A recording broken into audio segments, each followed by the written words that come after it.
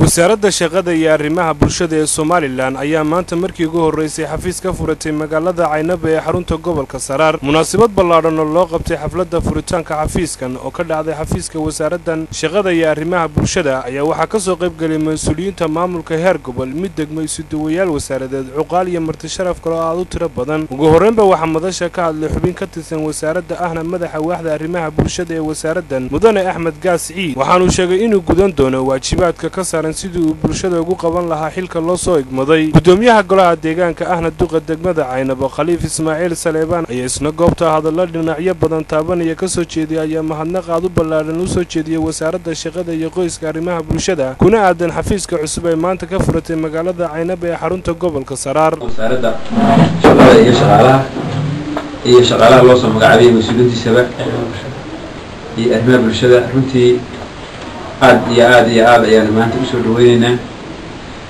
waxaan filayaa isu dawayaashu waa badan yihiin laakiin aad baan idin soo dhaweynaynaa.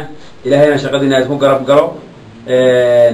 dee kaalintii waxaan mayaa kursigaa banaanaana waa buuxinaysaan ay hadday hawl tahay iyo hadday hadal tahay iyo hadday hanti tahayba waxyaalataa waa buuxinaysaan dee anuguna waa idinku soo dhaweynaynaa. wasaaradda aad la shaqaysaanna waxaan leenahay shaqaaladii runta aad iyo aad u firfircoon baa soo magacoodeen waan la shaqaynaynaa. loo bartaa guday loogu hormuud yahay waxaan u diyaarnaa inaan la shaqayno. dadka reerada waa dadkii deegaanka ka dhashay waxaan u maleeyaa annaga laftayadu markaanu ka warbixinno waa dad hawlkara. runtii waxaan ka soo maray barnaamijka oloyaasha doorasha lasoo wada maray, barnaamijka diiwaangelinta lasoo wada maray, hawlo badan oo kana lasoo wada qabtay, barnaamijkii horumarinta gobolka laga soo wada shaqeeyey, wax badan aanu soo wada qabano aan iyaga laftooda dee runtii aan taariikhda ku jirta recordka ayaa jira dadkan. iyagana waxaan leenahay isaan hore waa uri hadalka waan badiyey. ilaahay xilkiina haydiin sahlo, haydiina fududeeyo. daacadnimo iyo karti iyo cadaalad iyo baa idinka lidinka baahan yahay. annaguna haddii ilaahay idmo wixii itaalkayaga waa idinku garab taaganahay. asalaamu calaykum. gudoomiyaha ururka haweenweynaha qaranka Somaliland ee Now Marwa Amine Aadan Nuur oo iyaduna goobta ka hadashay ayaa ka dhawaajisay inay soo dhaweynayaan haweenahan xafiiskan ee wasaaradda shaqada qoyska iyo arrimaha bulshadu ka furatay magaalada Caynaba ee xarunta gobolka Saraar. shaqaalaha la soo magacaabay ee maxaa xafiiska naga dhina loo soo magacaabay dhalinyarada maxaa dhacay qolyahan iyaguna wadada kale nala jooga haweenka waxaan ku salaamayaa salaanta islaamka. assalaamu calaykum wa rahmatullaahi wa barakaatuh. salaan kadib aad iyo aad waxaan ugu faraxsanahay shaqaalahan loo soo magacaabay gobolka yaga Saraar ee naga dhina aad iyo aad baan ugu mahadcelinayaa. wasaaradda noo soo magacawday noo soo hormarisay isagoo naga dhina aad iyo aad baan ugu mahadcelinayaa.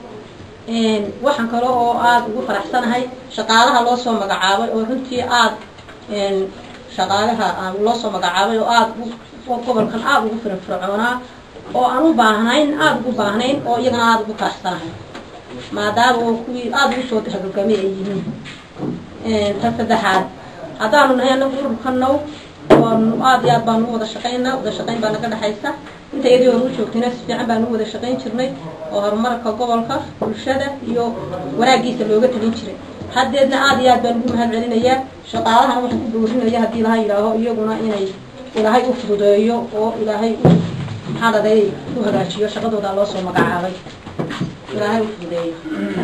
madaxa waaxda shaqada iyo shaqaalaha ee wasaaraddan Ismaaciil Salaad Huruuse, isuduwaha wasaaradda dibadejinta Xasan Aadan Geedi, Caaqil Maxamed Darool Ducaale, taliyaha qaybta booliska ee gobolka Saraar Jaamac Ibraahim Guudcadde, maayirka xigeenka degmada Caynaba Abubakar Shida Cali iyo mas'uuliyiin kale ayaa waxay dhammaantood farta ku fiiqeen inay soo dhaweynayaan xafiiskan ay wasaaraddu ka furatay gobolka Saraar iyo weliba mas'uuliyiinta xilka loo soo igmaday. isuduwaha wasaaradda shaqada iyo qoyska arrimaha bulshada Marwa Samsam Jaamac Ciid iyaduna goobta ka hadashay isla markaana waxay sheegtay inay wasaaradani tahay boos ka bannaan gobolka Saraar isla markaana ay wada shaqayn doonaan madaxda gobolka iyo shacabka ku nool magaalada Caynabo. ugu dambeyntii gudoomiyaha gobolka Saraar Ibraahim Xaaji Xasan Cali ayaa xafladan ka hadlay waxaana gudoomiyuhu sheegay inay wasaaradani tahay tii ugu dambeysay gobolka loo soo magacaabo. waxa uu sidoo kale gudoomiyuhu Ilaahay uga baryay inuu xilka loo soo igmaday u fududeeyo mas'uuliyiinta wasaaraddan. waxaana runtii aad iyo aad aan ilaahay uga baryaynaa shaqaalaha wasaaradda soo magacaawday in ilaahay u fududeeyo xilkooda oo la garab galo. iyana waxaanu runtii ka rajaynaynaa inay noqdaan xafiis la soo magacaabay يعني runtii dhinay ee gobolka runtii ka dhinay wasaaradda ay buuxiyaan baan runtii iyana ka rajeynayna runtii maanta inta iyada madax jooga waxay galbinayaan madax dhaqameed leh madaxda dawladda dheer degmada heer gobol bale ciidamada si kastaba ha ahaatee wasaaraddan shaqada iyo qoyska iyo arrimaha bulshada ayaa ka duwan wasaarado kale oo gobolka ka jira marka loo eego mas'uuliyiinta iskaga kala sarreeya oo ah 3 waaxood. Maxamed Bashiir Nuur, Caynaba News, Caynaba.